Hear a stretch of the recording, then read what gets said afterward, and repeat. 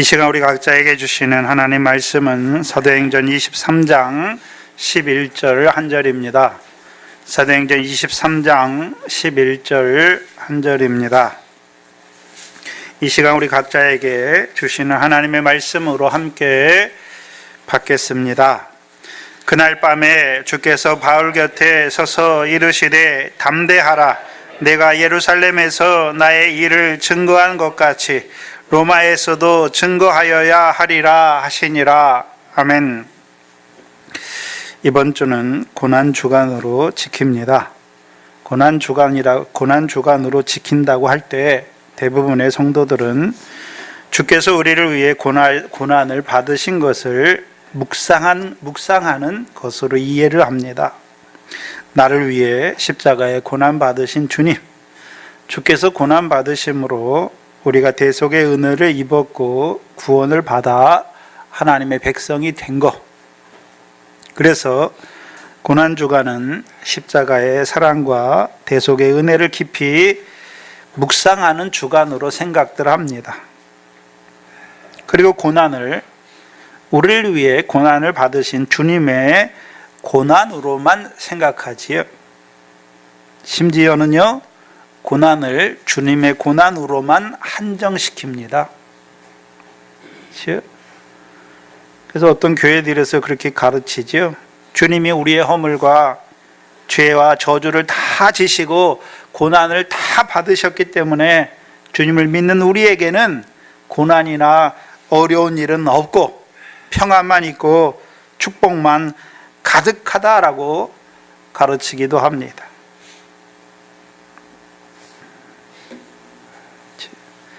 특별히 현대인의 삶은 자기에게 손해가 가거나 자기가 조금이라도 손해가거나 고난받는 것은 싫어하는 게 현대인의 삶의 특징이죠. 육신의 편한 것, 육신이 즐거운 것. 그렇죠? 근데 대부분의 사람들이 육신의 고난은 싫어합니다. 근데 그리스도인들이 물들어가요, 세속에. 우리가 성경을 조금만 바로 읽어봐도 그런 고난이 없는 신앙생활이 얼마나 허무맹랑한지 알 수 있습니다. 알 수 있잖아요. 우리가 가장 잘 아는 호화로 연락하는 부자와 나사로라 이름한 거지를 통해서 무엇을 말씀하십니까? 성경이. 그 아브라함이 호화로 연락하는 부자의 영혼에게 뭐라고 말씀하셨습니까? 예, 너는 살았을 때에 내가 좋아하는 것을 얻었고 나사로는 고난을 받았으니 이것을 기억하라. 이제 나사로는 여기서 위로를 받고 너는 여기서 고통을 받는다라고 말씀하신.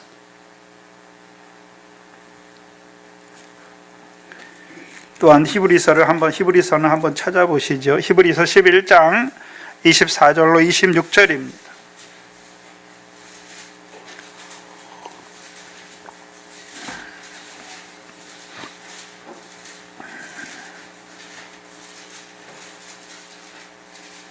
히브리서 11장 24절로 26절이죠.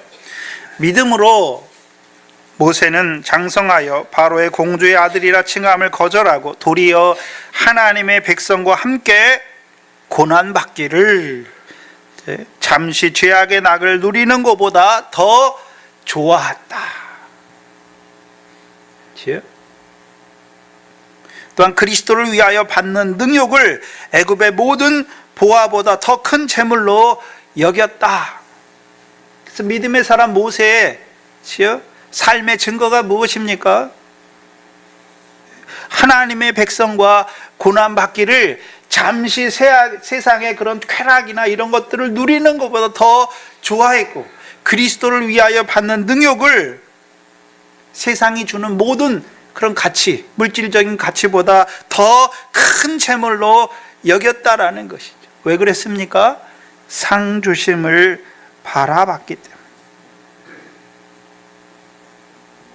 생각해야 돼요. 상 주심을 바라보는 믿음의 사람들의 삶의 특징이 뭡니까? 고난이라는 거예요. 고난이에요.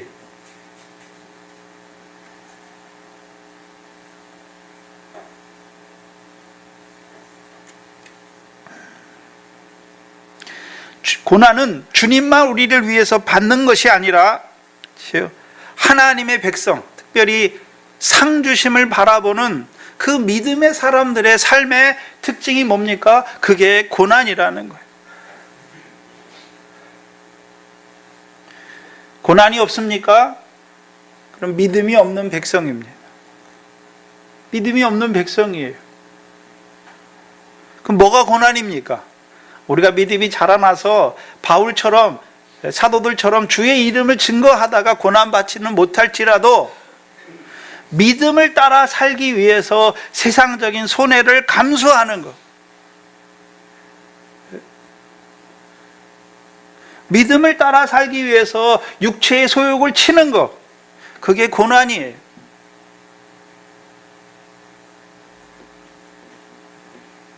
고난은 주님만 고난받는 것이 아니라 하나님의 백성의 삶의 특징이 고난이란 말이죠.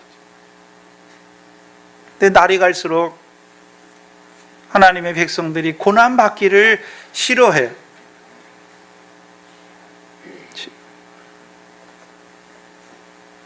그럼 뭘 받기를 좋아합니까? 세상에서 높임을 받기를 좋아하고 사람들의 알아주는 것, 칭찬과 영광을 받기를 좋아하는 것이죠. 예수님의 십자가는 아무도 알아주지 않아요. 세상적으로 볼 때는 예수님의 십자가는 이해가 안 되죠. 왜 죽어야 되는지. 이렇게 좋은 세상에서 이렇게 즐길 것 많은데 왜 예수님은 그 나이 젊은 나이에 왜 십자가에 죽어야 하는지.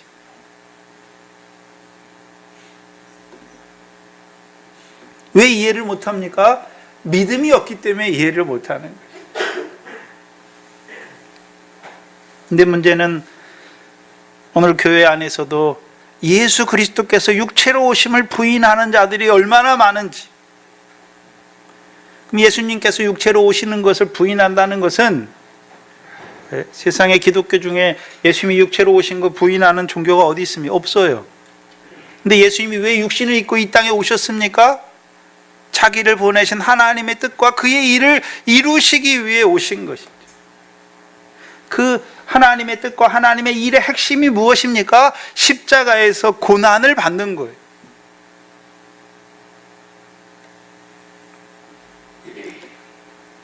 그럼 예수께서 육체로 오심을 부인한다는 것은 다른 말로요, 예수님이 십자가로 가셨는데 예수 믿는 하나님의 백성들이 세상의 높은 자리, 세상의 좋은 것을 탐하는 그 자리로 간다는 말이죠.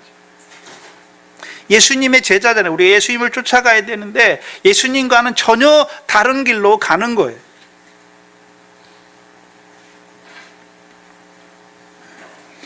히브리서 12장 2절이 예수님의 고난을 잘 나타내 주시지. 믿음의 주요 또 온전케 하시는 이는 예수를 바라보자. 예수는 그 앞에 있는 즐거움을 위하여 십자가를 참으사 부끄러움을 개의치 아니하시더니 하나님 보좌 우편에 앉으셨다라고 말씀하십니다. 예수님도 십자가 질 때 그냥 단순히 앞에 있는 십자가만 봅니까? 십자가 뒤에 있는, 저 앞에 있는 즐거움을 보고 있습니까? 앞에 있는 즐거움을 보신 것이죠. 그래서 예수님의 즐거움은 두 가지예요. 자기가 십자가의 죽으심으로 하나님의 백성을 구원하는 것이고, 또 하나는 무엇입니까? 그리스도께서 이런 고난을 받으신 후에 영광에 들어가시는 것이죠.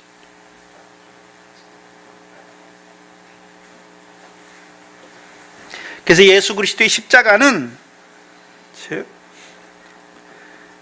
단순히 예수님이 우리를 위해서 고난 받으셨다, 그것만 말하는 것이 아니라, 물론 예수께서 우리를 위해 고난 받으신 거예요. 근데 더 나아가서 예수 그리스도의 십자가는 우리의 성도들의 고난의 본이에요. 본이란 말이죠. 또한 저 여러분에게는 예수의 고난의 본을 따라 살았던 많은 믿음의 선진들의 증거가 우리에게 있지. 또한 이 사도행전을 통해서 사도행전 후반부에 사도 바울을 통해서 우리에게 뭘 보여주십니까? 예수님의 고난의 본의 자취를 쫓았던 바울을 우리에게 보여주시지 않습니까? 바울은 분명히 예루살렘에 올라가면 결박과 환란이 있는 것을 알아요. 알지만 예루살렘에 올라가지 않습니다. 올라가는데 대부분의 교회에서 바울을 만나는 교회마다 뭐라고 그럽니까? 예루살렘에 올라가지 말라고. 그 성도들의 만류를 뿌리치면서까지 예루살렘에 올라갑니다. 왜요?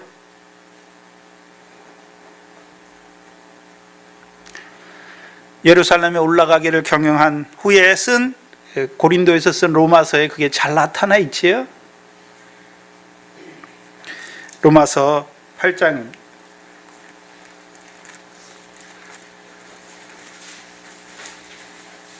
로마서 8장 17절 18절이죠.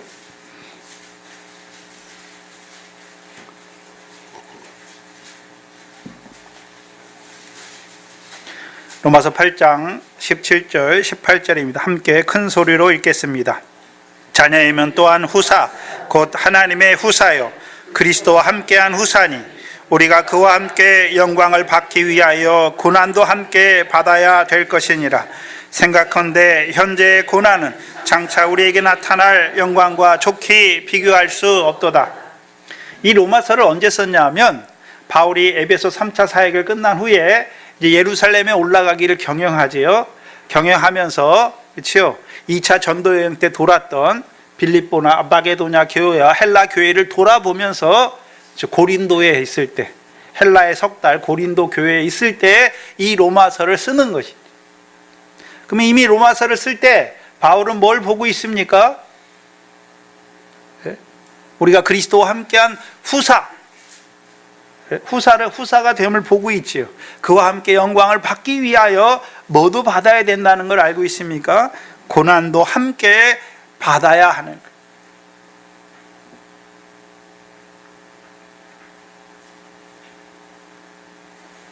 이것을 보기 때문에 바울은요, 예루살렘의 결박과 환란이 있음에도 불구하고 올라가는 것이죠. 근데 문제는, 그러면 저와 여러분도 고난을 통해 이루시는 영광만 본다고, 그 영광을 본다고 해서 그 결박과 환란이 기다리는, 고난과 핍박이 기다리는 그곳에 우리가 갈 수 있습니까? 없어요. 그래서 로마서 8장 35절 이하가 나오는 거잖아요. 로마서 8장 35절 이하에 35절로 39절에 누가 우리를 그리스도의 사랑에서 끊으리요? 환난이나 공고나 핍박이나 기근이나 적신이나 위험이나 칼이랴 라고 말씀하십니다. 39절에 높음이나 깊음이나 다른 아무 피조물이라도 우리 주 예수 그리스도 우리 주 그리스도 예수 안에 있는 하나님의 사랑에서 끊을 수 없다라고 말씀하십니다. 지금 바울이 영광만 보고 있습니까? 우리 주 그리스도 예수 안에 있는 하나님의 사랑에 매여 있습니까? 하나님의 사랑에 매여 있기 때문에 올라갈 수 있는 거예요. 그리스도의 강건하신 사랑 안에 있기 때문에 올라갈 수 있는 거예요.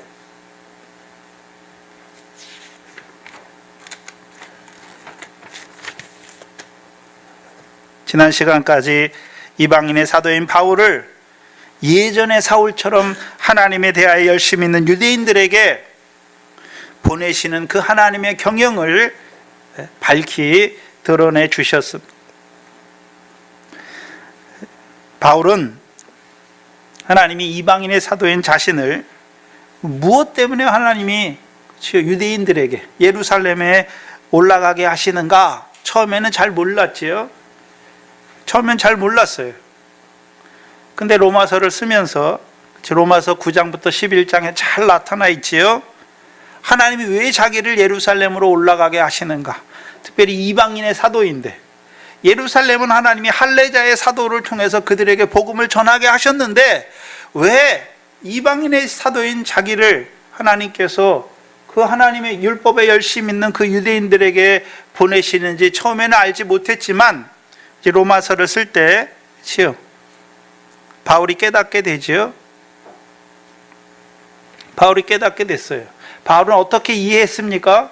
왜 이방인인 자신을 하나님께서 예루살렘에 올라가게 하셔서 이스라엘 자손 앞에서 주의 이름을 전하게 하시는 것으로, 전하게 하시기 위해서 예루살렘에 올라가게 하시는지 바울은 어떻게 생각했습니까? 로마서 11장이었죠. 엘리야 때와 같이 이제도 육적 이스라엘 중에 예전에 사울 자신이 하나님에 대한 열심을 가지고 행했던 자기와 같이, 그렇죠? 자기가 그렇게 행했잖아요. 예전에 하나님에 대한 열심이 있어서 오히려 이 도를 핍박하고 회방하고 포행자로 살았던 자기에게도 하나님이요 은혜로 택하심을 따라 되는, 그렇죠? 은혜로 택하셨잖아요. 은혜로 불러주신 것이죠. 그래서 바울은 생각할 때, 그렇죠? 하나님께서 육적 이스라엘 중에, 지금 육적 이스라엘이 물론 하나님에 대한 열심으로 예전에 사울이 자기가 행하던 것처럼 그렇게 행하지만 그들 중에도 자기와 같이 은혜로 택하심을 따라 남은 자가 있을 것을 바라보면서 올라갔지. 그렇죠? 그래서 바울은 하나님께서 이방인의 사도인 자신을 보내셔서, 그렇죠? 그들에게 주의 이름을 증거하여서 그들 중에 몇을 구원코자 하시는 하나님의 뜻이 있는가, 그렇게 생각한 것이죠. 그건 이방인의 사도를, 왜 할례자의 사도를 통해서 그 할례자들을 구원하지 아니하시고 왜 하나님이 그러면 이방인의 사도를 보내신 것입니까?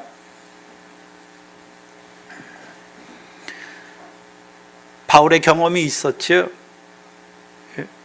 하나님이 바울의 행위를 보시고 사도로 세우셨습니까? 바울의 행위는 오히려 이 도를 핍박하는 자로 살아왔던 그에게 하나님이 전적인 은혜를 베푸신 것이었어요. 전적인 은혜를 베푸신 것이죠.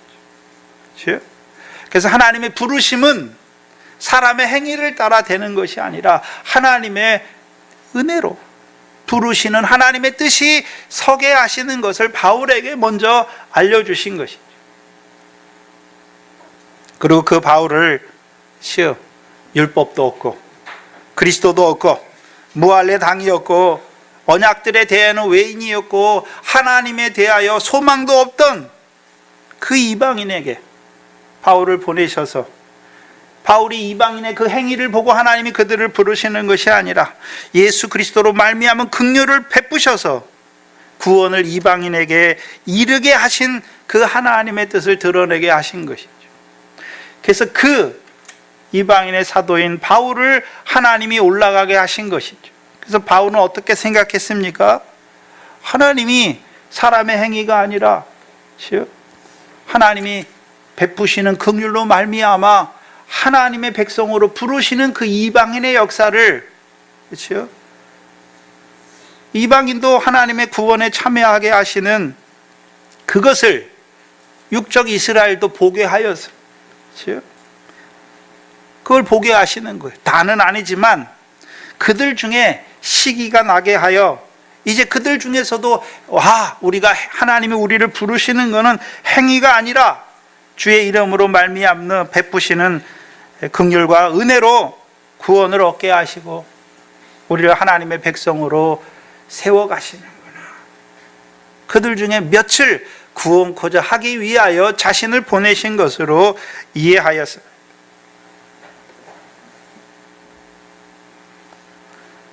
그래서 바울은 그 유대인에 대한 소망이 있었죠. 기대가 있었어요. 그래서 로마서 10장 1절이 그걸 증거했죠. 하나님께 대한 소망이 무엇이었습니까? 이스라엘의 구원이었죠. 바울이 마음으로 바라는 것, 하나님께 가진 소망이 무엇이었습니까? 육적 이스라엘에 대한 구원이었습니다. 근데 하나님께서 이방인의 사도인 자신을 보내시는 걸 보니까 유대인들 중에, 그렇죠? 그 유대인들이 예전에 자기처럼 그렇게 하나님에 대해 열심을 가지고 이 도를 핍박하는 자로 살아가지만 그들 중에 아직 은혜를 따라, 은혜로 택하심을 따라 남은 자가 있다는 그 소망을 가지고 그들을 구원케 위하여 하나님이 자신을 보내시는 것으로 이해했어요. 그래서 로마서에 보면 유대인들, 아직 남은 유대인들에 대한 그들의 구원에 대한 소망과 기대가 남아 있어요. 물론 더러는 완악해졌지만. 그래서 그 소망을 가지고 올라갔기 때문에 22장에서 그 유대인들을 향하여 자기를 포행했던, 자기를 죽이려고 쳤던 그 유대인들을 향하여 자신이 경험했던 것을 증거하는 것이죠. 자신이 예전에 율법에 열심히 있던 그 유대인들처럼 이 도를 핍박하던 자신이 나사렛 예수를 만남으로 말미암아 변하게 된 것, 오히려 이 도를 증거하는 자가 되었고, 그 성전의 환상을 통해서 하나님이 자신을 이방에 보내신 것을 증거하는 것이죠. 왜 증거했습니까? 왜 그것을 증거했습니까? 너희들도 누구를 만나라고요? 나사렛 예수를 만나라 라고 말하는 것이죠. 근데 바울의 경영과는 다르게, 바울의 의도와는 다르게 오히려 바울의 말을 듣는 그 유대인들이 어떻게 합니까? 격렬하게 반응했지요. 격렬하게 반응했어요. 그래서 예수님은 자기가 하나님의 아들 그리스도라고 인정하니까 그것 때문에 죽임을 당했고, 스데반도 어떻습니까? 예수가 그리스도라 증거하여 성전과 율법을 거스려 말하는 것 때문에 죽었지요. 근데 바울은 예수가 그리스도다 말할 뿐만 아니라 더 나아가서, 한 걸음 더 나아가서 조상들의 하나님이 그 예수 그리스도로 말미암아 이방인에게도 구원을 베풀었다 말하는 것이죠. 그러니까 그걸 말하는 그 바울을 향하여 유대인들이요, 예수님 때보다, 스데반 때보다 더 격렬하게 반응한 것이죠. 저놈은 이 세상에 놔둬서는 안 될 놈이다. 없이 하자.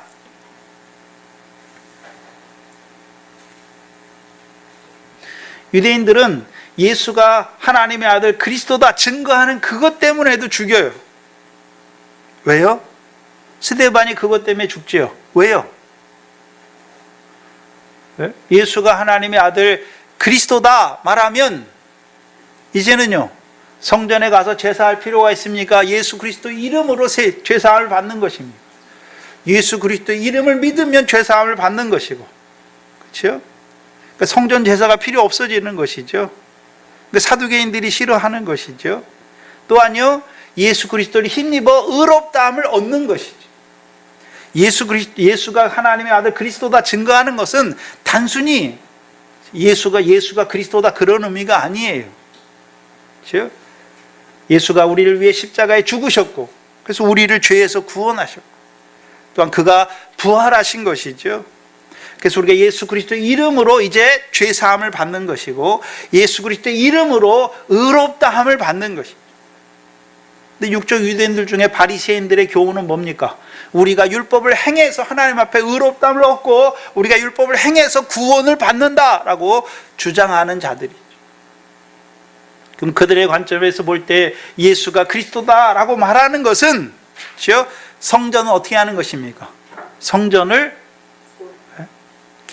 기능을 없애버리는 거잖아요.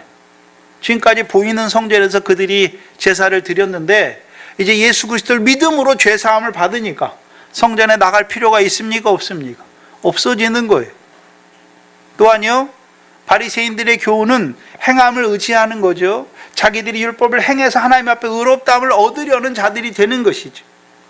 그런데 그것이 아니라 예수 그리스도를 믿음으로 의롭다함을 얻는다라고 말하면, 그렇죠? 유대인들이 율법을 자기들은 계속해서 열심히 행함으로 구원받는다 하는데 자기들의 교훈과 부딪히는 것이죠. 그것 때문에 스데반이 죽는 거예요.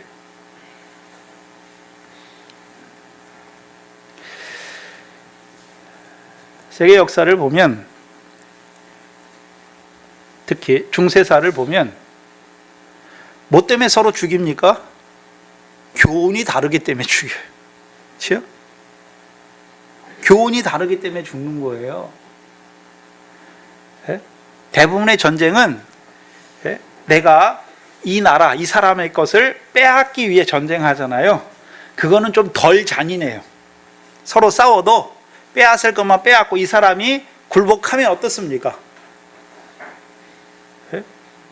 어떤 물자를 빼앗기 위해 전쟁하는 것은 그렇게 잔인하지가 않아요. 근데요, 신념, 종교 때문에 전쟁하는 것은 얼마나 잔인한지 몰라요. 종교의 이름으로 행하는데 얼마나 잔인한지 몰라요. 서로 가톨릭과 기독교가, 개신교가 서로 싸우면서 죽이는데, 그렇죠?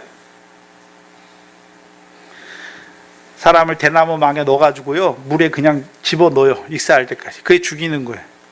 그 사람을 불에 태워 죽여요.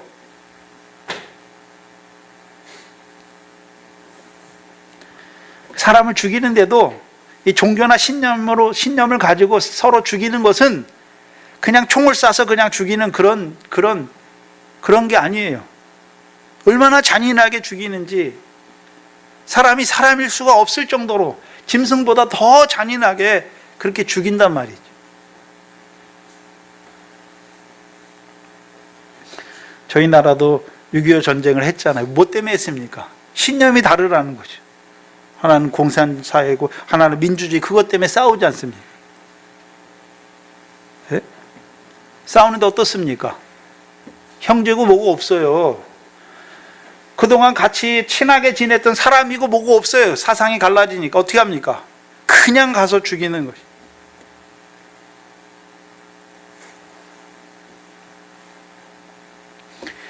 유대인들이 볼 때 그리스도인들이 그렇단 말이죠. 그렇죠? 근데 유대인들은 조상들의 경험이 있지 않습니까? 조상들이 바벨론 포로에 왜 끌려갔습니까? 성전을 더럽혔고 하나님의 율법을 거스렸잖아요. 또한 성전에 돌아온 후에도, 그렇죠? 말라기 때 또 어떻게 합니까? 하나님의 백성이 또 성전을 더럽히고, 전은 희생으로 드리고, 또요 제사장 율법을 거스렸잖아요. 제사장들이 율법에 거치게 함으로 하나님께서 그들을, 에피파네스 왕을 통해서 그들을 심판하셨잖아요. 그 유대인의 각성이 있었죠. 그렇죠? 그 다음에 바리새인들이 나타나는 거예요. 그렇죠? 야, 왜 하나님의 백성인 우리가 왜 이방인에게 이렇게 심판을 받는가? 아, 그렇구나. 우리가 하나님의 성전을 멸시했고 성전을 더럽혔고 또요 우리가 율법을 저버렸구나. 그래서 그들은 그 다음부터요 그들은 성전과 율법에 대한 열심을 가져요. 성전과 율법에 열심을 가지잖아요. 근데 그리스도인이라는 자들이 나타나가지고 뭐라 그럽니까?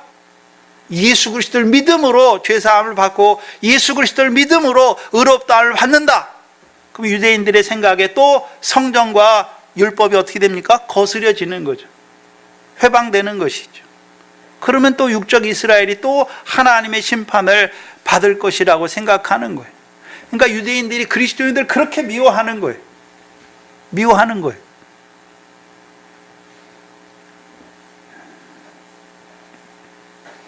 근데 바울은요, 예수가 그리스도라 증거할 뿐만 아니라요, 나아가서 조상들의 하나님이 예수 그리스도로 말미암아 이방인에게도 구원을 베풀었다라고 말하니까 한마디로 뚜껑이 열리는 거예요. 왜요?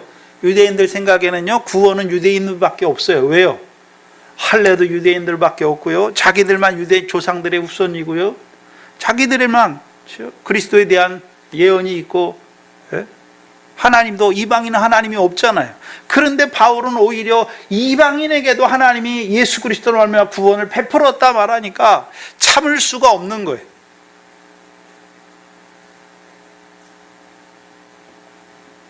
바울의 증거는 오히려 바울이 생각한 것과는 반대로 드러나요.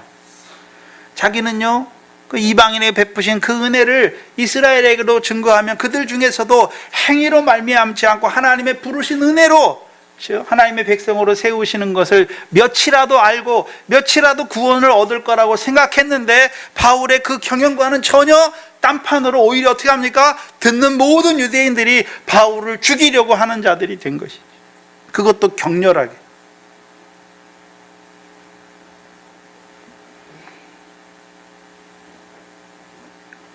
바울의 경영과는 하나님은 전혀 다르죠. 바울의 경영과는 다르게 이방인의 사도인 바울을 하나님에 대하여 열심히 있는 유대인들에게 보내신 하나님의 경영은 무엇이었습니까? 그들에게 나사렛 예수를 전하기 위해서, 증거하기 위해서 보내신 것이죠.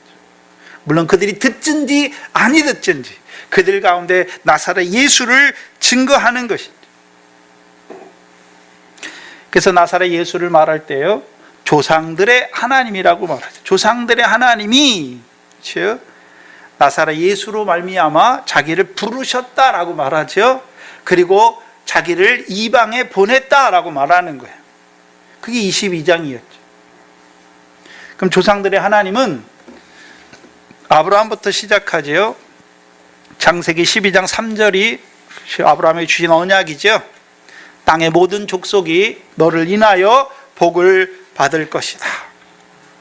하나님의 뜻은 유대인만이 아니라 아브라함의 육적 자손인 이스라엘 백성 선민만이 아니라 그 선민을 통하여 땅의 모든 민족이 복을 받기를 원하는 것이었죠.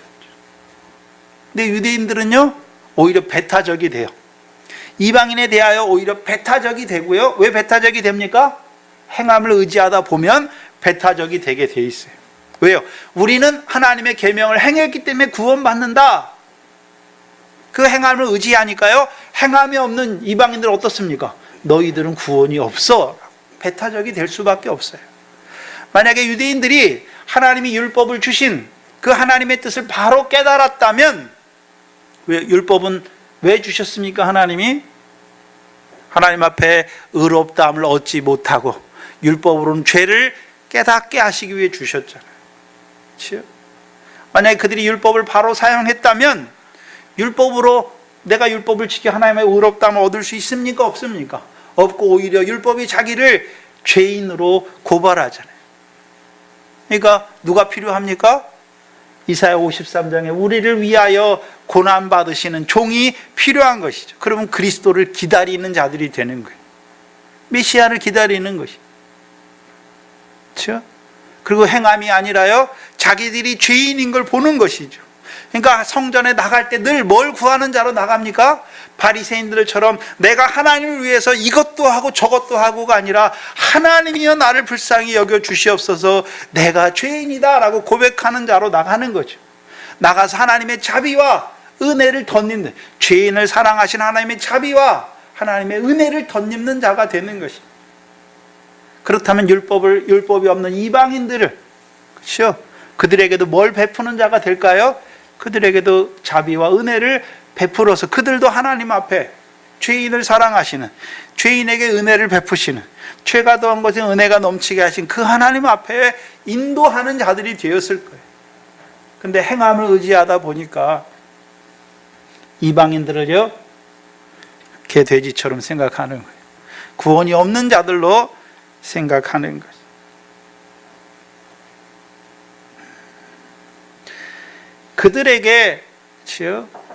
그들에게 하나님께서 이방인의 사도인 바울을 보내시는 거예요. 그래서 그들에게 나사렛 예수를 증거하게 하시죠. 그래서 아까 우리가 교동문 시간에 마태복음 21장에서 그렇죠? 예수를 말할 때 그렇죠?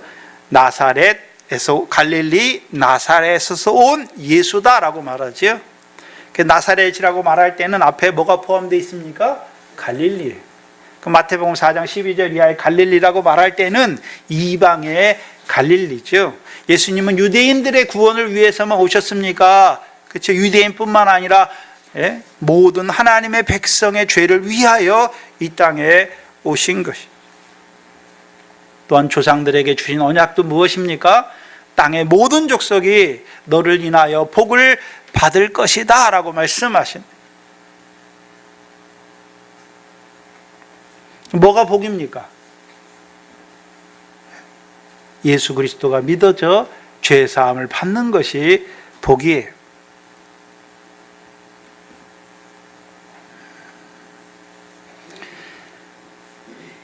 바울은 자기의 경영한 거, 하나님께서 이방인의 사도인 자기를 예루살렘에 올라가게 하신 거, 그걸 자기 나름대로 깨닫고 그 경영을 가지고 올라갔지만 그 경영은 다 어떻게 합니까?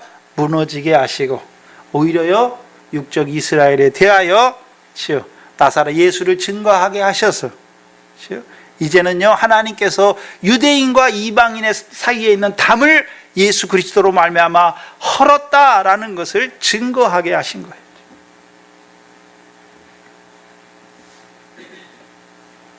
이제는 행위가 아니라 하나님이 복음의 증인들을 보내서 예수 그리스도를 증거하고 누구든지 예수 그리스도를 믿기만 하면 죄사함을 얻고 의롭다함을 얻을 뿐만 아니라 성령을 선물로 주셔서 이 성령 시대에 하나님의 백성으로 세우시는 그 하나님의 뜻을 육적 이스라엘 백성에게 알게 하신 거예요. 근데 오히려 그 하나님의 뜻 때문에 그 하나님의 뜻을 알게 했는데 오히려 이들은 어떠한 자들이 됩니까? 오히려 그 하나님의 뜻을 나타낸 바울을 어떻게 합니까? 죽이려고 하는 자들이 되는 것이죠. 세례 요한을 보내셨을 때 육적 이스라엘이 바리새인들이 특별히 바리새인과 서기관들이 세례 요한의 세례를 받지 아니함으로 스스로 하나님의 뜻을 저버렸죠. 근데 하나님이 바울을 이제 예루살렘에 보내셔서 그들에게 나사렛 예수에 대해서 이방에 구원을 베푸신 것을 증거할 때 그들이 바울을 죽이려고 하잖아요. 이때는 스스로 하나님의 뜻을 저버리는 것에서 더 나아가서요 하나님의 뜻을 대적하는 자들이 된 것을 보여주시는 거예요.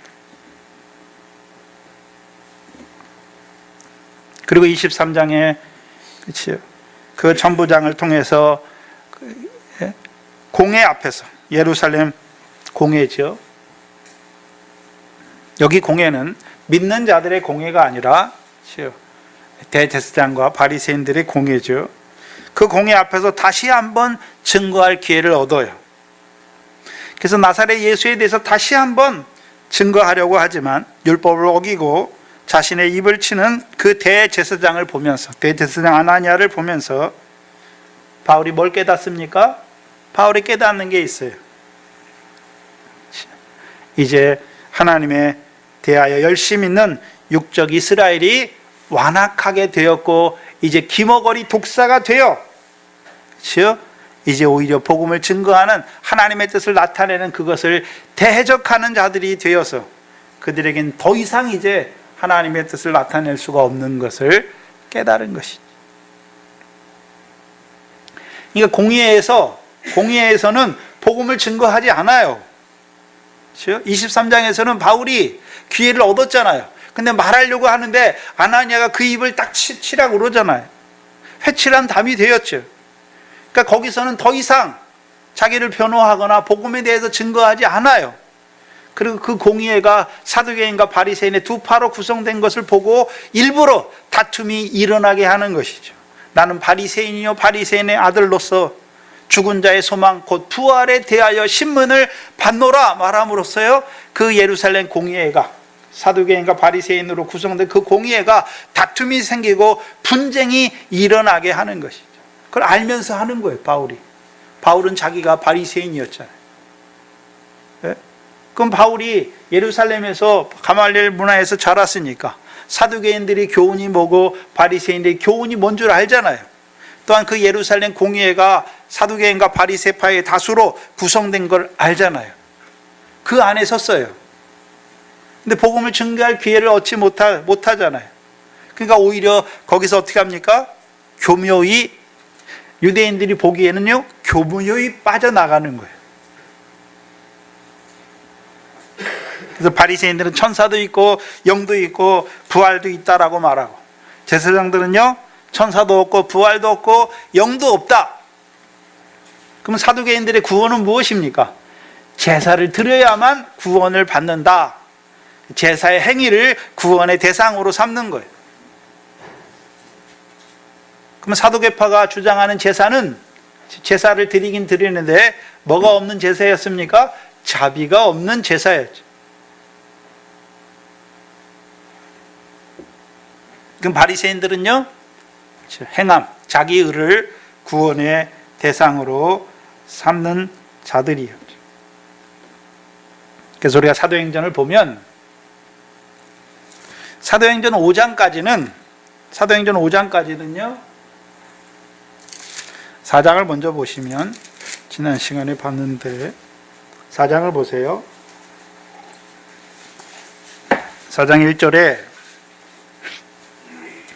사도들이 백성에게 말할 때에 대제사장들과 성전 맡은 자와 사두개인들이 이르러 백성을 가르침과 예수를 들어 죽은 자 가운데서 부활하는 도 전함을 싫어하지요.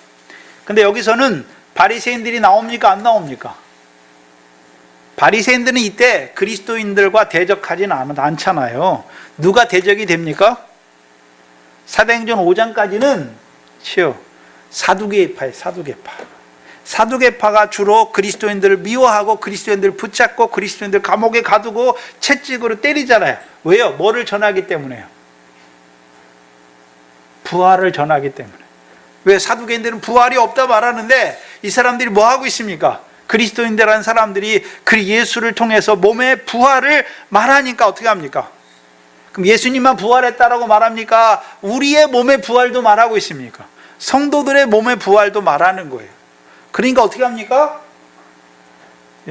이들을 싫어 핍박하는 거잖아요. 그 사도행전 5장까지는 주로 사두개인들이 몸의 부활을 전하는 그리스도인들을 핍박하는, 5장까지는 바리새인들과의 다툼이 없어요. 그리스도인들과. 오히려 5장에서요, 그 몸의 부활을 증거하는 그들이 대제사장에 붙잡히잖아요. 그러니까 오히려요, 가말리엘이 중개자로 나서잖아요. 가말리엘이 중개자로 나서요. 근데 6장부터는 변해요. 6장부터는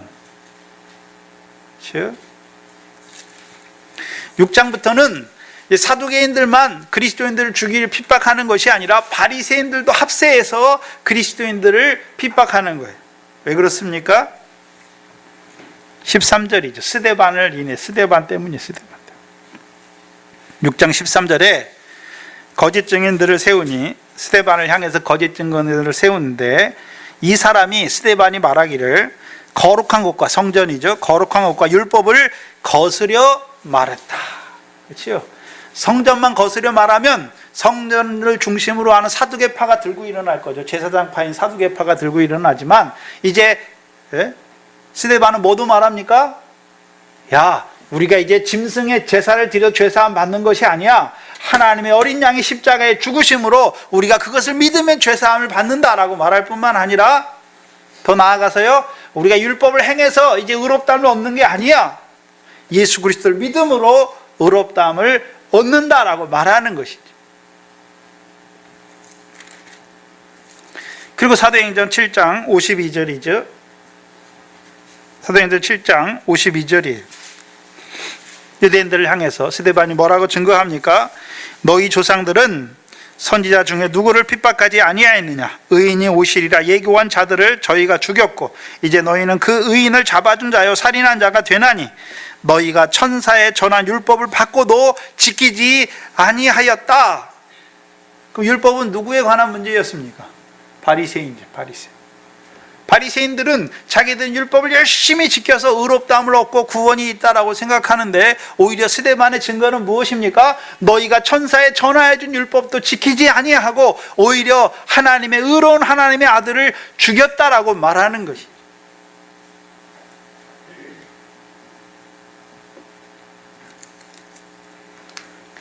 그러니까 스데반을 죽일 때 누가 증인으로 섭니까?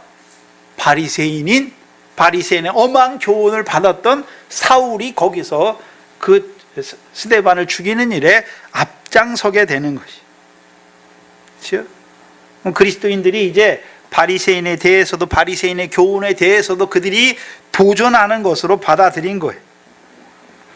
그리고 이제 사도행전 8장에서는요, 그 바리새인 사울이 대제사장에 가서요, 공문을 얻어가지고 이제 다메섹에까지 가서 그리스도인들을 핍박하고 그들을 잡아서 옥에 가두려고 다메섹까지 가는 것이잖아요. 그래서 바울은 공회 앞에 섰을 때 그 공회가 어떻게 구성되어 있고 그 사두개파의 교훈이 무엇이고 바리새인의 교훈이 무엇인지를 다 알아요.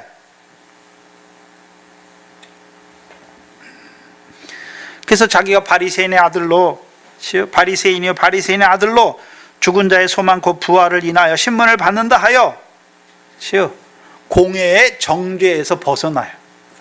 예수님은 공회에서 정죄받아 죽는 것이고 스데반도 공회에서 정죄받아 죽잖아요. 근데 바울은 그 공회에서요 오히려 바리새인과 사두개인의 허점을 파고들어서 그 교훈이 다른 것을 파고들어서 어떻게 합니까? 분란이 일어나게, 그들 사이에 다툼이 일어나게 해서 그 정죄에서 빠져나오는 거예요. 왜 그렇습니까? 그럼 바울은 스데반보다 신앙이 없어서 그렇습니까? 그게 아니죠. 네? 정죄를 당하여 예수님처럼 스데반처럼 죽는 것이 두려워서가 아니에요. 이미 예루살렘에 올라올 때 사도행전 21장 13절에 가이사랴에 있는 빌립의 집에 있는 교회에서 선지자 아가보가 와서 바울의 띠를 자기 수족에 묶고 이 사람이 예루살렘에 올라가면 이렇게 결박을 당하고 이방인의 손에 넘겨줄 때 할 때 함께 있는 자들이 울어서 바울의 마음을 상하게 하잖아요. 바울이 뭐라고 그랬습니까? 내가 예루살렘에서 죽을 것도 각오하였다라고 말한 사람이에요. 왜 그가 그러면 그 공회의 정죄를 피하는 것입니까? 일부러 피하는 거. 왜 피하는 것입니까? 로마를 거쳐 서바나로, 스페인으로 가고자 하는 바울의 경영이 남아있기 때문에. 그렇죠? 그럼 로마로 가는 것은 단순히 바울의 경영이었습니까? 그 하나님의 경영이었습니까? 하나님의 경영이에요. 근데 바울이 이해할 때요, 자기를 왜 하나님이 로마로 보내는 것으로 이해했습니까? 로마를 거쳐 서바나까지, 스페인까지 가서 복음을 전하게 하시려. 왜요? 이 당시 1세기에는 서쪽 끝이 스페인이에요. 이 세상 끝이 스페인이란 말이죠. 로마를 거쳐 서바나로 가고자 하는 그 바울의 경영 때문에 그 예루살렘 공회의 정죄를 빠져나가는 거예요, 바울이. 죽기를 무서워해서 그래 빠져나가는 것이 아니라 바울이 할 일이 있단 말이죠. 그것 때문에 예루살렘의 그 공회의 정죄를 빠져나가는 것이죠. 그리고 오늘 본문 11절이에요. 11절에 그날 밤에 주께서 바울 곁에 서시죠. 그날 밤에라고 말할 때에는 단지 시간적 물리적 밤을 말하는 게 아니에요. 창세기 첫째 날에 빛을 낮이라 칭하시고 어둠을 뭐라 칭하셨습니까? 밤이다 라고 말씀하셨죠. 그래서 예수님이 십자가에 잡혀가실 때 지금은 너희 때의 어둠의 권세라 라고 말씀하셨죠. 그럼 여기서 밤이라고 말할 때에는 여기서 밤이라고 말할 때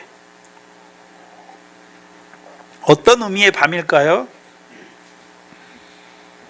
하나님에 대하여 열심히 있는 유대인들이 이제 어떤 자가 됐습니까? 완악한 자가 되어서, 그렇죠? 완악한 자가 됐어요. 그리고 귀머거리 독사가 됐어요.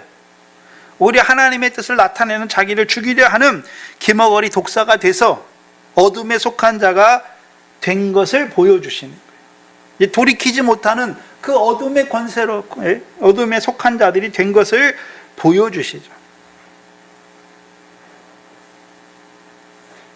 그래서 데살로니가전서 5장에 자는 자들은 밤에 자고 취하는 자는 밤에 취한다라고 말씀하시는 거예요. 그럼 생각해야 되는 게 있어요. 바울이 예루살렘에 왜 올라갔습니까? 하나님이 자기를, 이방인의 사도인 자기를 왜 예루살렘에 보내시는 것으로 이해했습니까? 육적 이스라엘에 대한 구원이죠. 구원에 대한 소망과 원함이 있었잖아요. 그렇죠? 기대가 있은 것이죠. 그런데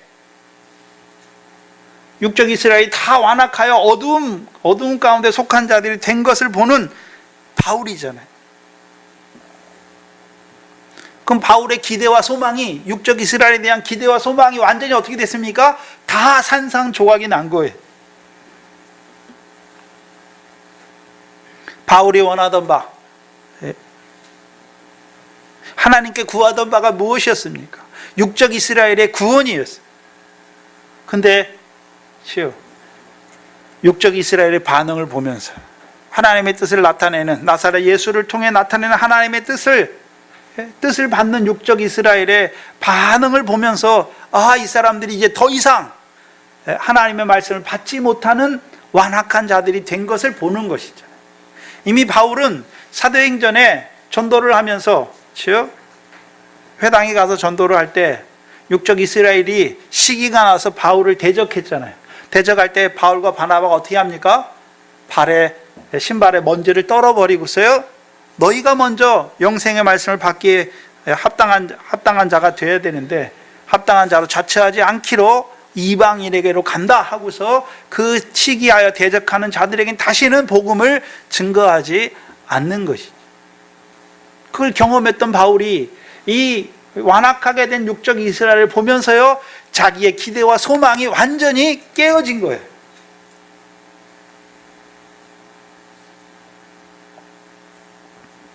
그럼 바울에게 어떤 마음이 들었을까요?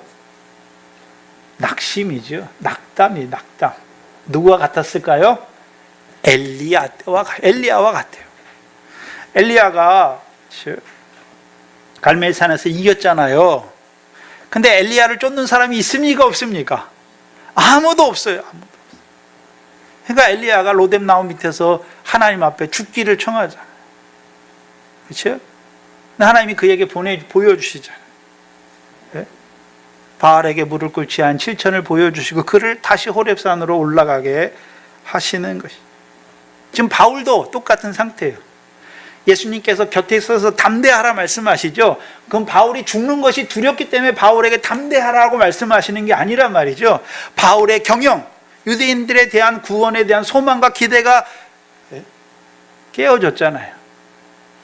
자기는 그것 때문에 올라왔는데, 그 몇이라도 구원하길 원해서 올라왔는데, 나사렛 예수를 증거하는 자신에 대한 유대인들의 반응을 보면서 틀렸구나. 낙심이 된 거예요. 내가 이렇게 예루살렘에 고생하면서 올라왔는데 수고한 것이 다 헛것이 되는가? 그때 주께서 바울 곁에 서는 거예요. 그래서 담대하라 말씀하시는 거예요. 자신이 경영한 것이 헛된 것을 보면서 낙심하는 바울 곁에 주께서 서시는 거예요. 왜 서십니까? 담대하게 하시기 위해서. 그래서 여기서 주께서 바울 곁에 섰다라는 의미는 지금 유대인들이 다 어둠에 속한, 밤에 속한 자들이 됐죠.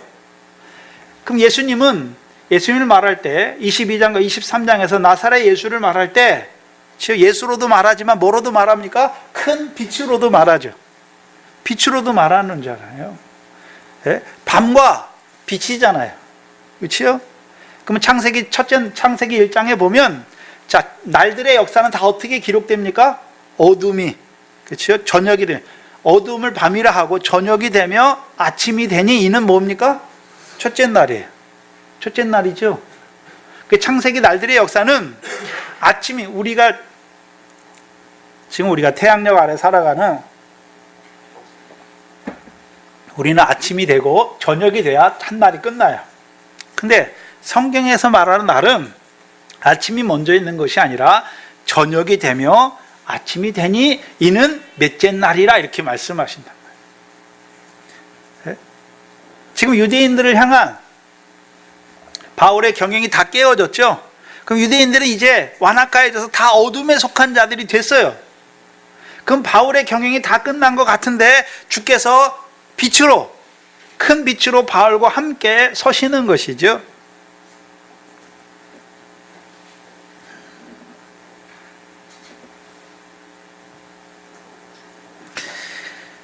뭘 보여주십니까? 새로운 날을 이루시기 위해 어둠으로 역사하는 밤, 곧 저녁이 되면 아침이 되는 역사를 보여주시는 거죠. 그래서 어둠이, 육적 이스라엘이 완악한 자가 되어서 어둠에 속한 자들이 된 것, 그것이 오히려요 아침을 위한 발등상이 되는 거예요. 발등상이 되는 거예요. 육적 이스라엘이 완악하게 되어서 참 감람나무에서 완전히 끊어지잖아요. 근데 그게 육적 이스라엘에만 이루어진 겁니까? 그 육적 이스라엘이 완악하게 돼서 끊어짐으로 말미암아 이방인들이 구원에 참여하는 자들이 되는 것이죠.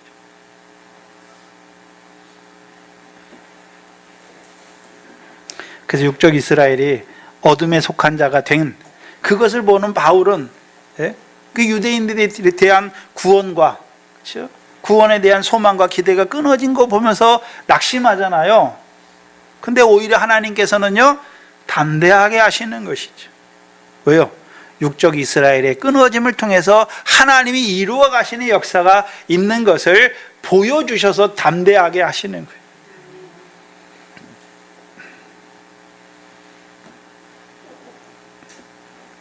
바울의 처지를 생각할 때 바울의 경영은 다 깨어지고 이제 엘리야와 같이 나만 남았는데, 그렇죠? 나만 남았잖아요. 그 어둠에 속한 유대인들을 보면서 낙심하는 그에게 주께서 그의 곁에 서서 말씀하시는 거예요. 담대하라. 우리가 잘 아는 요한복음 16장 말씀이죠. 요한복음 16장을 보시면 32절 33절에 보라, 너희가 다 각각 제 곳으로 흩어지고 나를 혼자 둘 때가 오나니 벌써 왔도다. 그러나 내가 혼자 있는 것이 아니라 아버지께서 나와 함께 계시느니라. 바울도 지금 우리가 바울을 생각해야 되는데, 자, 유대인들, 율법에 열심히 있는, 하나님에 대해 열심히 있는 유대인들에 대한 구원에 대한 소망과 기대를 가지고 있는 사람 누구밖에 없습니까? 지금 바울밖에 없어요. 할례자의 사도들 지금 예루살렘에 있습니까? 없습니까? 없어요. 다 없어요. 베드로, 요한 다 없단 말이에요. 사도들이 하나도 없어요. 누구만 남았습니까? 야고보하고 장로들만 나왔어요. 야고보는 주의 형제죠. 장로들만 남았어요. 그렇죠? 근데 거기에 믿는 유대인들이 있죠. 그 유대인들도 어떤 유대인입니까? 율법에 열심히 있는 믿는 유대인들이란 말이죠. 믿음이 어린 자들이에요. 그럼 그들이 하나님을 믿지 않는, 복음을 믿지 않는 그 율법에 열심히 있는 유대인들을 향해서 전도할 수 있겠습니까? 없어요.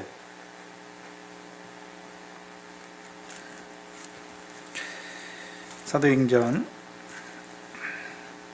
21장이죠. 21장에 20절, 21절이죠. 사도행전 21장 20절, 21절에 저희가 듣고, 야고보와 장로들이 들었어요. 바울이 한 걸 들었어요. 하나님께 영광을 돌리고 바울도로 이르되, 형제여, 그대도 보는 바에 유대인 중에 믿는 자가 수만 명이 있으나 다 어디에 열심히 있습니까? 율법에 열심히 있는 거예요. 지금 내가 이방에 있는 모든 유대인들을 가르치되 모세를 배반하고 아들들에게 할례를 하지 말고 또 규모를 지키지 말라 한 다음을 저희가 들었다. 그러면 지금 예루살렘에는 베드로나 요한은 없어요. 할례자의 사도인데 없단 말이죠. 야고보하고 장로들만 남았어요. 또한 유대인들 중에 믿는 자들이 있는데 이들이 어떤 자들입니까? 율법에 열심히 있잖아요. 율법에 열심히 있기 때문에, 그렇죠? 바리새인들에게 핍박을 받지 않는 거예요. 그렇죠?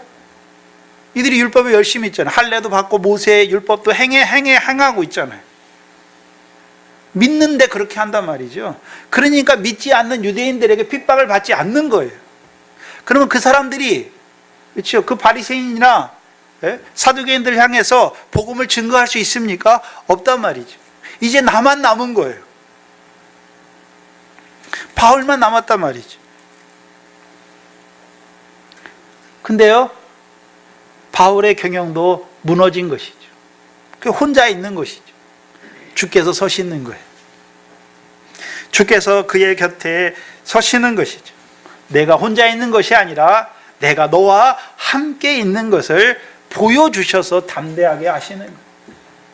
저와 여러분이 우리가 믿음으로 산다고 할 때, 그렇죠? 어떨 때 낙심이 되고 어떨 때 두려움이 옵니까? 어떤 일을 당했는데 나만 덩그러니, 주님은 없고 나만 혼자 덩그러니 있는 것 같아요. 남은 것 같아요. 사람들이 제일 외로운 게 뭡니까? 고독이에요. 고독. 혼자 있는 거예요. 혼자 있는 거. 혼자 있는 거예요. 특별히 믿음의 사람들이 하나님의 뜻을 알지 못하고 혼자 있는 거예요. 버려둔 것처럼. 하나님은 안 계신 것처럼. 자기 혼자만 딱 있는 거죠. 그걸 시편에서는요, 하나님이 얼굴을 가리우신 것 같다라고 말해요. 근데 하나님이 얼굴을 가리우신 것이 아니라 내가 하나님의 뜻을 알지 못하기 때문에, 그렇죠? 알지 못하기 때문에 혼자 있는 것 같아요. 답답하잖아요. 하나님의 뜻이 어디에 있는지 알지 못할 때 답답한 거예요. 낙심이 되는 거예요. 나는 하나님을 위해서 이렇게 하나라고 하는데 자기의 경영한 것이 다 그게 옳은 것 같은데 하나님은 그걸 다 어떻게 합니까? 다 깨어지게 하실 때, 그때가 낙심이 돼요. 하나님의 뜻을 알지 못할 때. 분명히 하나님이 하셨는데 하나님의 뜻을 알지 못할 때 혼자 있다라고 생각하는 거예요. 근데 혼자 있는 게 아니죠. 주께서 그의 곁에 있어서 내가 혼자 있는 것이 아니다 나타내 주시죠.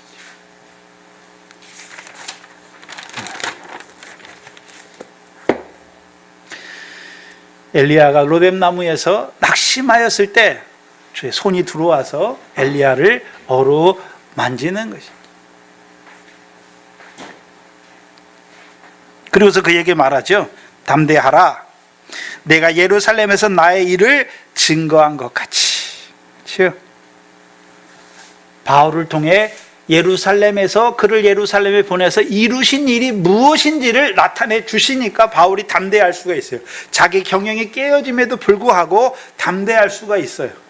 또한요, 그를 통해서 앞으로 이루실 일을 나타내 주심으로 담대하게 하시는 거예요. 우리가 믿음에 담대한 것은 내가 계획한 대로 일이 막 착착착 되니까, 그렇죠? 일이 되어지는 것 같고 그래서 담대한 게 아니에요. 그렇죠? 스데반이나 예수님 보세요. 죽을 때도 어떻게 합니까? 담대하게 아버지여 저희를 사하여 주시옵소서, 자기 하는 것을 알지 못한다라고 말씀하세요. 담대한 것은, 그래서 요한복음 16장에서도 어느 때 담대하라 말씀하십니까? 너희가 환난을 당할 때 담대하라 말씀하십니다. 뭘 통해서 담대하게 하십니까? 그럼 저와 여러분도 낙심이 되거나 두려움이 오거나 하나님의 뜻을 알지 못해서 답답했을 때 하나님이 어떻게 우리를 담대하게 하십니까? 우리를 통해 우리와 함께 하셔서 이루신 일을 보게 하셔서 담대하게 하세요. 하나님이 바울을 예루살렘에 올라오게 하셨습니까? 나의 일을 증거하게 하시려.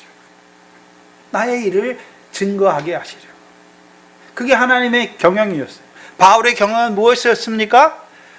유대인들의 구원. 다만 몇이라도 유대인들을 구원하기 위해서 올라왔는데 예수님은 뭘 말씀하십니까? 아니다. 나의 일을 예루살렘에 증거하기 위해서 너를 올라오게 한 것이다 라고 말씀하시는 거예요.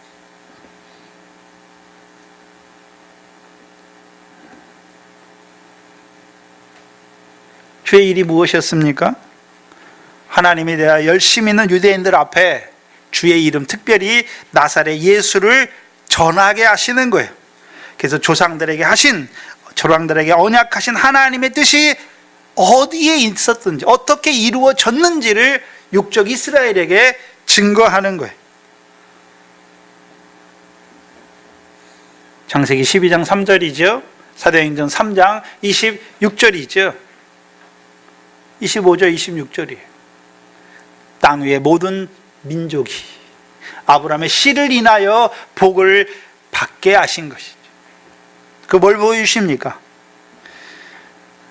하나님께서 그 아들을 보내시고 육신 입혀 보내시고 십자가에 죽으신 예수를 다시 부활하게 하셔서 그를 주와 그리스도로 세웠는데 유대인들의 주와 그리스도로만 세웠습니까? 이방인들의 주와 그리스도로도 세우셨습니다. 이방인들에게도 주와 그리스도가 되게 하셨다는 것이. 그래서 로마서 3장에서는요, 사람을 외모로 취하지 아니하시는 하나님이시다라고 말씀하세요. 그 사람을 외모로 취하지 아니하시는 하나님께서 이제는 유대인이든지 헬라이든지 구별하지 않는 거예요. 그리고 누구든지요, 복음의 증인들을 통해서 증거되는 그 복음을 듣고 누구든지 믿고 예수 그리스도의 이름으로 세례를 받으면 죄사함을 주시고 의롭다함을 주실 뿐만 아니라 성령을 선물로 주셔서 이 성령 시대에 하나님의 백성으로 세우신다는 하나님의 뜻을 나타내 주신 거예요. 그게 무엇입니까? 한마디로 은혜를 따라 택하심을, 은혜로 택하심을 따라 하나님의 백성으로 부르신다는 것이죠. 그게 로마서 9장이었죠. 행위로 말미암지 않고 오직 부르시는 이에게로 말미암아 하나님의 뜻이 서는 것이죠. 하나님의 뜻이 무엇입니까? 아브라함에게 주신 것이죠. 모든 민족이 너를 인하여, 아브라함의 씨를 인하여 복을 받는 거예요. 우리가 착각하기 쉬운데 저와 여러분 육신적으로 유대인이 아니에요. 그렇죠? 유대인들을 우리가 예전에 이방인으로 살았잖아요. 네? 육적 이스라엘이 아니에요. 언약도 없었어요. 조상들의 자손도 아니에요. 하나님 나라 밖의 사람이에요. 하나님에 대한 소망도 없었어요. 그리스도에 대한 언약에는 외인이었잖아요. 그런 우리를 이제 하나님이요 부르시는 거예요. 우리의 행위를 보고 부르시는 것이 아니라 은혜로 우리를 부르신단 말이에요. 은혜로 부르시는 거예요.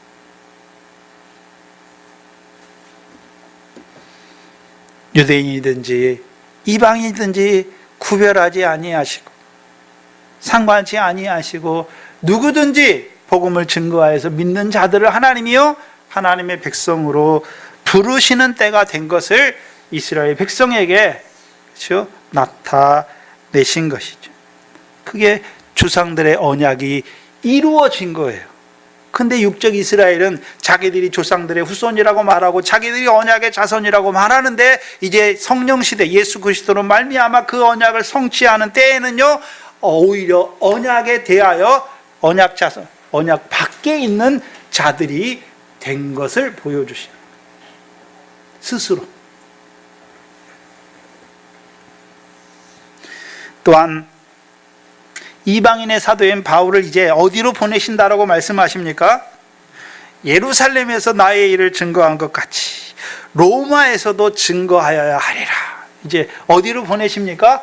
로마로 보내시는 거예요. 로마에 왜 보내십니까? 바울은 이제까지 단순히 로마에 있는 형제들을 만나보고 너희를 거쳐서 서바나로 가려고만 생각했는데 이제 하나님의 뜻을 확실히 나타내 주시는 거예요. 예루살렘에서 나의 일을 증거한 것 같이 로마에서도 나의 일을 증거하게 하기 위하여 너를 로마로 보내시겠다는 그 말씀이 바울을 담대하게 하시는 것입니다.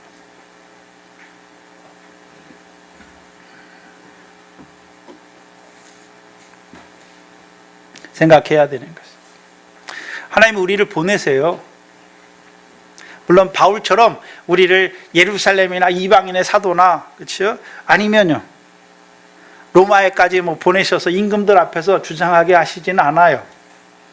왜요? 우리가 그만한 믿음이 못 되기 때문에. 근데 하나님은 우리를 바울을 보내신 것처럼 우리를 보내세요. 여러분을 어디로 보내셨습니까? 여러분의 가정 속에 보내시잖아요. 여러분을 먼저 은혜로 부르신 하나님께서 그 은혜를 맛본 여러분을 다시 여러분의 가정과 일터로 보내시잖아요. 왜 보내십니까? 그 은혜를 알지 못하는 자들에게 주 예수의 이름을, 주의 이름을 증거하기 위하여 보내시는 것입니다. 바울만 보내시는 거로 생각하지 마세요. 우리를 복음으로 먼저 부르셨지 않습니까? 우리가 하나님의 구원을 받았고 은혜를 받은 자로 우리를 먼저 그 은혜와 자비와 긍휼을 맛보는 자로 세워주셨지 않습니까? 왜요?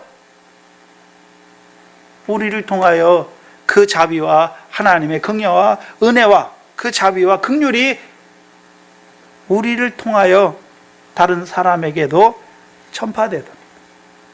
그래서 저와 여러분 통로예요. 통로. 우리가 은혜를 주는 것이 아니라 우리를 통해서 하나님의 은혜와 자비가 흘러가는 통로예요. 그것을 신약에서 뭐라고 말씀하셨습니까?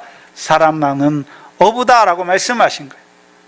오늘도 죄악의 권세, 바다의 권세 아래서 죽은 자로 살아가는 자들에게 우리를 보내시는 거예요.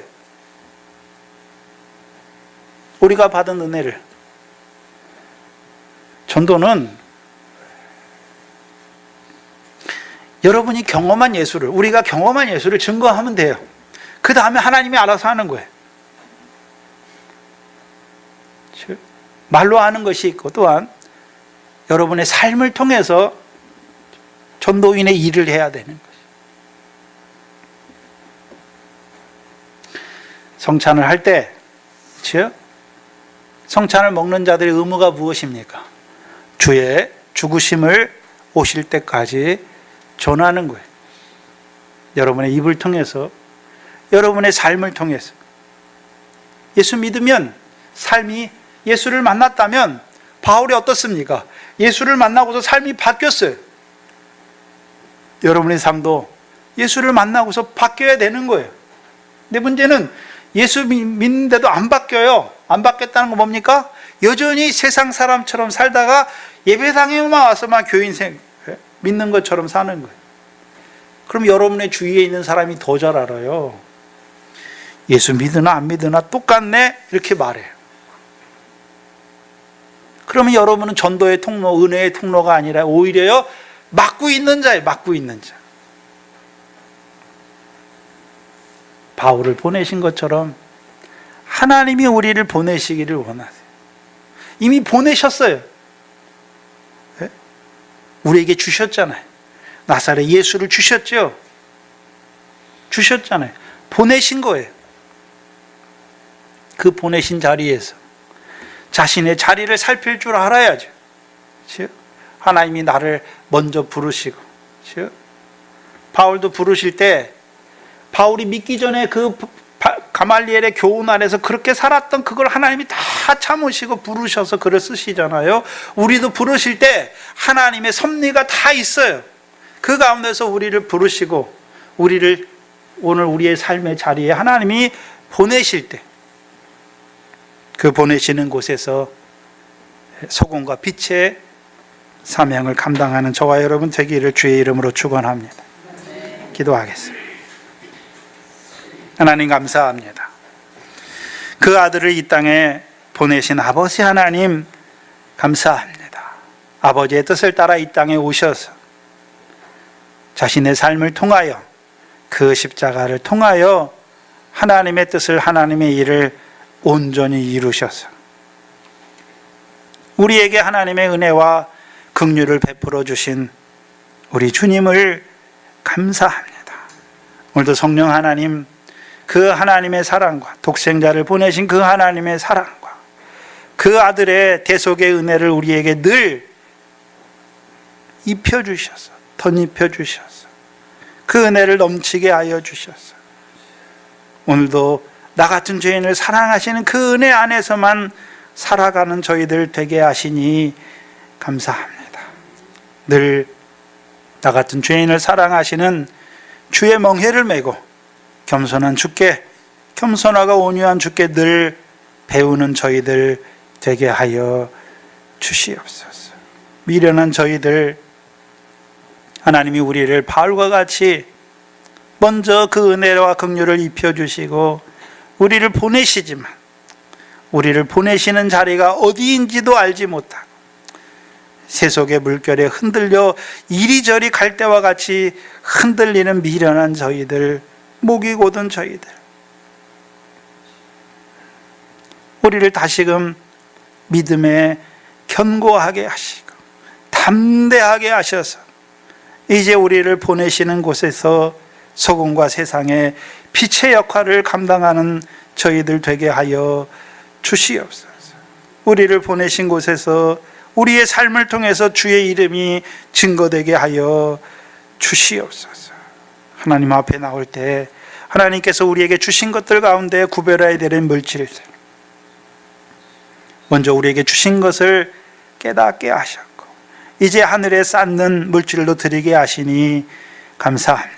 우리에게 주신 모든 것이 하나님의 은혜임을 알게 하시고 이제 자라가서 모든 소유를 팔므로 주를 위하여 모든 소유를 팔게 하시고 이제 이 땅에서 그 영생을 누리는 자로 살아가는 저희들 되게 하여 주시옵소서. 이 교회에 속한 권속들을 붙들어 주시고 우리 일회에서부터 일회와 소윤이로부터 작년에 이르기까지 오늘도 그 하나님의 은혜와 긍휼을 덧입는 저희들 되게 하시고 우리의 삶이 그 은혜와 긍휼을 덧입는 자로서 그 은혜를 전하고 그 긍휼을 나타내는 우리의 삶이 되게 하여 주시옵소서. 감사하며 예수님의 이름으로 기도하옵나이다. 아멘. 찬송가 351장입니다. 1절만 드립니다.